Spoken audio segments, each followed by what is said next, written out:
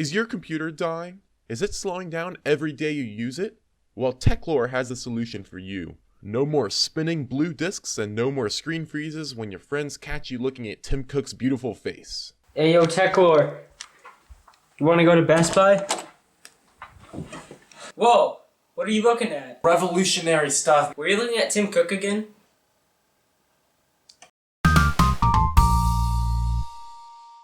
What is up, guys? I am Henry and welcome to Techlore. Today I have something a little bit different planned for you. I'm going to show you how to optimize and speed up your Windows computer. This is going to benefit the 8-year-old laptop that you're still wondering how it's alive, as well as the brand new computer you just picked up from a manufacturer. I have these laid out extremely in-depth, step by step, so just follow along and you will notice dramatic improvement by the end of the video. Without further ado, let's go ahead and dive right into it. Now, the first thing we're going to do is scan for malware, adware, and viruses. These can be running in the background of your computer without you even knowing, hogging up important processes, and slowing down your computer dramatically. It's important to scan your computer at least once a month to make sure there is nothing bad installed on your computer, and to do this, we're going to use 3 free softwares. So the first one that we're going to use to scan for malware is going to be Malwarebytes. The second one to scan for adware is going to be ADWCleaner. And then the third one to scan for viruses is either an antivirus you've already purchased, or Windows Defender, or Avast. Avast and Windows Defender are free, and all the other ones, which are also free, are in the description as well. Open up Malwarebytes and run a threat scan first by going into Scan and Start Scan. If Malwarebytes finds anything, make sure you reboot your computer so it gets rid of the virus or malware after you reboot. After running Malwarebytes, open up the antivirus of your choice. I'm going to be using Windows Defender. Make sure to use the most complete and full scan option and then click Scan Now and wait for your computer to finish scanning. Lastly, we're going to run ADWCleaner, which is going to scan for adware on your computer. So open up the program. You're going to be given this screen. You're going to click Scan.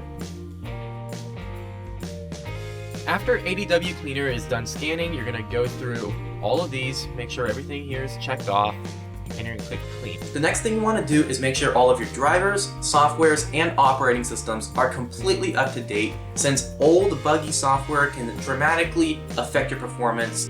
Go on your manufacturer's website or search for your device or individual parts for the most updated BIOS and drivers. For my Dell, I searched for my laptop model, and here you can find all the drivers which are most updated.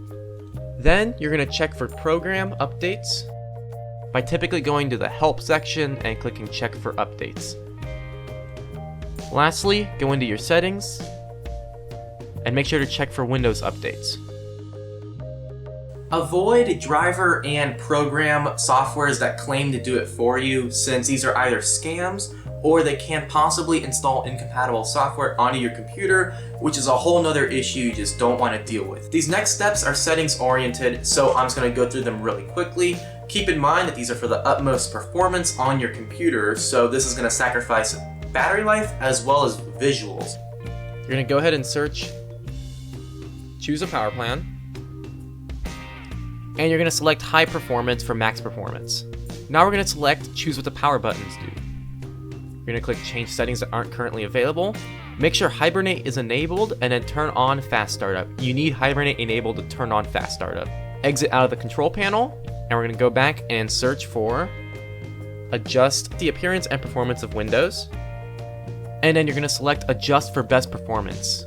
If there's anything here you want to enable individually, you can definitely do that. Just know that this will give you the best performance, and it will sacrifice visuals and pretty much good looks for Windows 10 as well as animations. Over time, the programs you install on your computer can actually build up to become a huge list of things you never even knew you installed. This can be extremely problematic, but even if you have a brand new computer, lots of manufacturers install crap on their computers before they send them out, so you still want to do this step. To be completely honest, if you just bought a Lenovo or HP computer, I would recommend completely reinstalling a fresh copy of Windows so that you don't have to deal with the immense amount of bloatware pre-installed on these computers. To uninstall programs, I recommend the free uninstaller, Geek Uninstaller, because it picks up lots of leftovers from programs which the Windows default uninstaller does not get. I will have a link to Geek Uninstaller in the description. You can use Windows default Uninstaller as well if that's what you want to choose. In addition, Windows 8 and 10 introduces the new Metro apps, which are also watered down versions of normal programs. I like to call them Wetro apps. Wetro apps are huge memory hogs, so it's important to completely remove the ones that you're not using since they're always running in the background. Open up the uninstaller of your choice. I will be using Geek Uninstaller. Then select any old or unneeded programs that you're not going to be using anymore. I'm going to be removing Handbrake since I no longer need to use it. You're going to click yes to uninstall the program. And Geek Uninstaller will automatically scan for any leftover files, folders, or registry items left behind. As you can see, it'll show you anything left behind, and you just click finish to remove it. And that's it.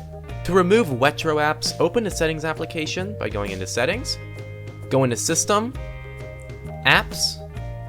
Let's look for a Wetro app, such as a calculator. And I've already removed all the ones that can be uninstalled, but if you have some that you haven't installed yet, you will be able to click the uninstall button and continue from there. After you remove everything you don't need, open up Task Manager and go to Startup. If there's anything running on your computer when you boot up that you don't need to be there, you can simply disable it. For example, I do not need HP's Bloat Print app running when I boot up my computer, so I can disable it on startup by clicking the disable button. This next step is completely huge. A full and clustered computer can lead to huge performance losses, and this is extremely noticeable if your hard drive is in the red zone. A good place to start with this is just general cleaning. I mean, you can look for old program files as well as documents which take up a huge amount of space that you know you don't use anymore, and you can actually just delete them and empty your recycle bin. I would recommend a free program called Space Sniffer, which scans your entire hard drive and gives you all of your files ordered from largest to smallest, so you can get rid of all the large files immediately. If you have a file that you no longer need on your computer, but you still want to keep it for maybe the future, such as a huge folder full of photos, I'd recommend buying an external hard drive, either from your nearest tech store or even Costco sells external hard drives. Or if you want to save some money, I would recommend getting a SATA to USB connector like this one and plugging in an old hard drive of yours into this and using that as an external hard drive. When it comes to more specific cleaning, we're going to need tools to do the work for us. Windows stores files that over a large period of time are going to cause your computer to slow down. We're going to be using the free program CCleaner as well as built-in Windows tools. You can find CCleaner in the description. Go ahead and open CCleaner. Select everything except these things which I have left deselected. Then go into your applications and select everything here as well, with the exception of some of these Chrome ones which are personal preference. Click Run Cleaner on the bottom and let CCleaner do its magic. After it's completely done, we're going to go into the registry section. You're going to make sure everything's selected. We're going to scan for issues. After it's finished, you're going to go down to the bottom right and click Fix Selected Issues. Make sure you make a backup. Save this somewhere where you're going to know where it is in case something goes wrong. Just click Save and then Fix All Selected Issues and close. We can now close out a CCleaner. Open a new Windows Explorer window. Right-click on your local disk and then hit Properties. Under the General tab, you're going to see a button called Disk Cleanup. Give it a few moments to give you this screen, and once it is here, select Cleanup System Files, and give it a few moments to do this as well. After it is finished analyzing your computer, make sure everything here is selected, and simply click OK to delete all the files. After you've finally cleared up some space on your computer, it's time to either defragment your traditional hard drive or trim your solid-state drive. If you don't know which one you have, you can either check your manufacturer's website for your specific model, or you can use the free tool Specky from the same creators of CCleaner in the description. To defragment a traditional hard drive, go back to Windows Explorer, right-click on your drive once again, and click Properties. You're going to go into Tools, Optimize and Defragment Drives.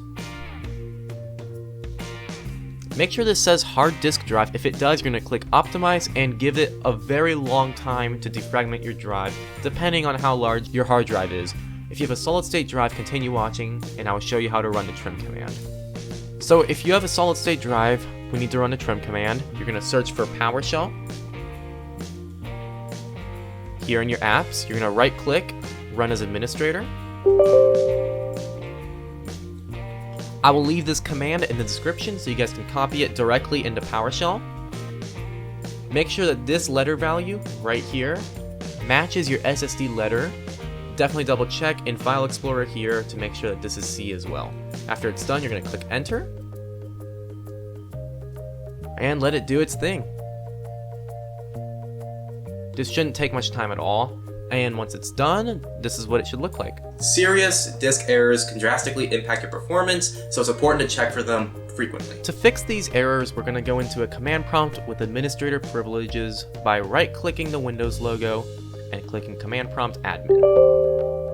Once again, I'm going to leave this command down below, and once you run it, you're going to click Y because you're not going to be able to run this unless you reboot your system, and then click Enter.